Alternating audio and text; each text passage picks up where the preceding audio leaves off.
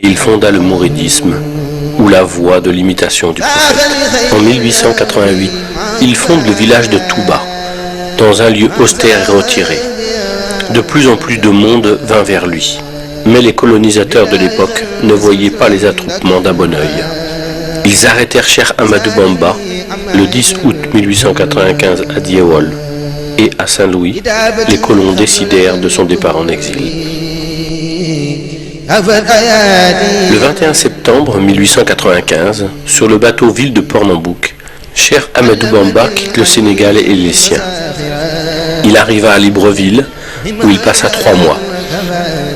Puis il est envoyé dans des contrées austères, où règnent les moustiques et les maladies, au sud du Gabon, à Mayomba, où il déclara ceci: « Ô océan de Mayomba, témoigne que je suis l'esclave de celui qui pardonne les péchés et que je demeure le serviteur de l'élu. » Il y passa 5 ans avec des militaires et des prêtres. Ce sera plus à l'intérieur du pays, à Lambaréné, où il passera encore 2 longues années avant de revenir au Sénégal. De retour au Sénégal, le cheikh poursuivit l'éducation de ses disciples à Darou Marnane. Mais le nombre de ses adeptes ne cessait de croître. La Mouridia prit une ampleur spectaculaire et demeura une source d'inquiétude pour les colonisateurs qui se sentaient menacés. C'est alors que le colonisateur décida de l'exiler 5 ans en Mauritanie, où se trouvait un grand érudit, Cheikh Sidia Baba. Et le cheikh déclara ceci: « Je ne fonde pas mes espoirs sur le soutien d'un ami, ni ne crains l'agression d'un ennemi. Je suis entièrement confié à Dieu. »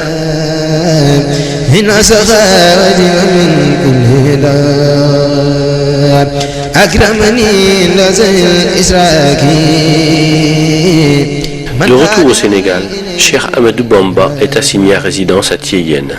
Puis il fut envoyé à Diourbel, où il vécut en résidence surveillée jusqu'à la fin de sa vie.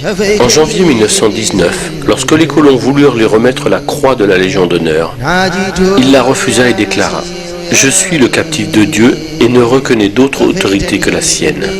Ma récompense incombe au donateur, qui est noble majesté pour le service que je rends à l'élu, qui est pourtant le donateur par excellence. »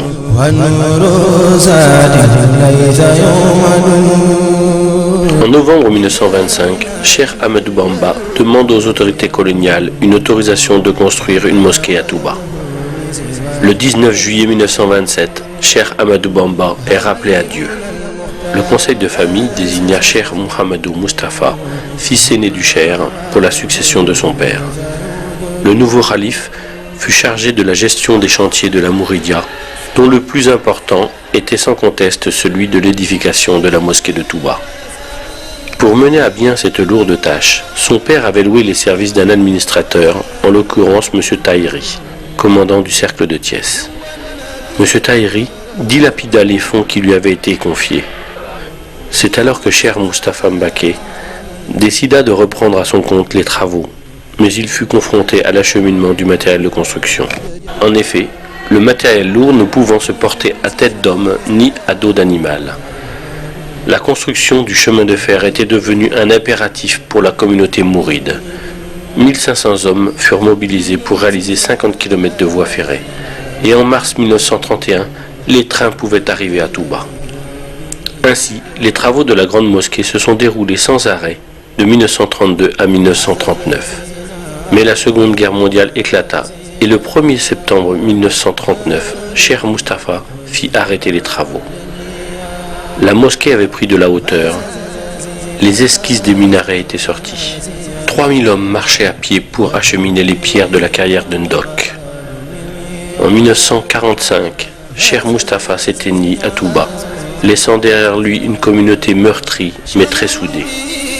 En 1949, les travaux reprirent et les mourides sont ainsi parvenus à ériger la grande mosquée dans un impressionnant travail de fourmi qui actuellement leur vaut cette hargne, cette bravoure, ce sens de la générosité et du sacrifice, mais aussi de l'efficacité dans le travail. La mosquée fut inaugurée par Cheikh Mohamed Fadel Mbaké, alors deuxième khalife. La ville de Touba est devenue aujourd'hui une grande cité religieuse. Dans la vision de Cheikh Ahmadou Bamba, Touba devrait réunir les conditions idéales pour répondre aux besoins nécessaires, aussi bien de la vie spirituelle que de la vie temporelle. Alors, animé par sa conviction que seul Dieu pouvait lui accorder sa faveur de venir à Touba, il s'est adressé à lui sous forme de prière, et c'est uniquement à ce sujet qu'il a écrit son livre intitulé Matlabul Fawzaini, c'est-à-dire Quête de la double réussite. Il adressa à Dieu ses prières qui se réalisèrent, où il disait « Absous les volontaires qui ont bâti l'édifice si élevé de ma demeure, la cité bénite de Touba, de leurs péchés du passé et de l'avenir. Fais que cette cité soit un lieu d'adoration de Dieu le miséricordieux et de rejet de Satan le banni. Faites de ma demeure, la cité bénite de Touba, un lieu où on plonge dans la voie de l'obéissance et de la tradition de l'envoyé. » Prière et bénédiction sur lui. Convaincu que la connaissance de la science islamique est la voie royale qui permet d'accéder à la meilleure place dans la vie spirituelle, il s'adressa à Dieu et dit « Fais que cette cité soit un réceptacle d'enseignement, un lieu de méditation et d'entendement. Fais qu'elle soit un lieu d'éducation et un magistère d'enseignement. » Dans le domaine du temporel, Cheikh Ahmadou Bamba avait bien compris que la réussite économique est un facteur déterminant dans l'accomplissement des obligations religieuses dans toute société, car elle assure sécurité et stabilité. Il disait « Fais que cette terre soit une terre de richesse, de sécurité, de miséricorde et d'abondance tout le temps. Favorise les habitants de Touba d'un bienfait en eau abondante, ruisselante et qui court à l'instar d'un ruisseau. Protège cette demeure du vagabondage et de la délinquance et de toute promiscuité.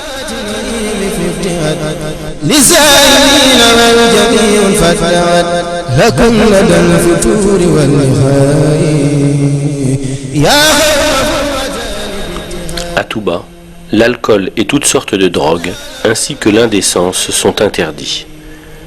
Cheikh Ahmadou Bamba disait « Protège quiconque aura consacré un effort dans cette cité, y aura effectué une visite et pardonne-lui ses péchés. » Ainsi, chaque année, Touba enregistre plus de 3 millions de pèlerins, surtout pour le Grand Magal de Touba, qui commémore le jour du départ en exil au Gabon de Cheikh Ahmadou Bamba. Le Grand Magal est une action de grâce. Cheikh Ahmadou Bamba disait « Quiconque te rend visite pour solliciter tes biens, comble-le de faveur et de bonté si tu es riche, mais ne thésaurise jamais ta fortune par crainte de pauvreté. C'est Allah le Très-Haut qui t'a offert cette richesse. Si tu la dépenses délibérément pour son amour, il te restituera tout ce que tu auras dépensé. » Pour la lecture du Saint-Coran, Cheikh Ahmadou Bamba disait « Quiconque veut parvenir à proximité d'Allah doit lire le Coran sans jamais l'abandonner. Celui qui veut, dis-je, obtenir l'agrément d'Allah doit lire et méditer le Coran. » Masalik. Et pour l'éducation coranique, de nombreuses écoles, aussi bien à Touba que dans le monde entier, ont été bâties et prochainement, une université verra le jour.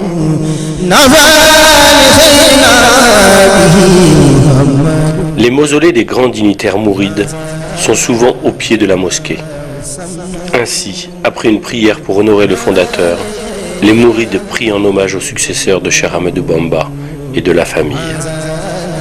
Touba, créé en 1888 par Cheikh Ahmadou Bamba, a grandi après sa mise en terre en 1927. Nous voilà en 2011, soit 84 années où les mourides œuvrent pour Touba, guidés par Cheikh Ahmadou Bamba.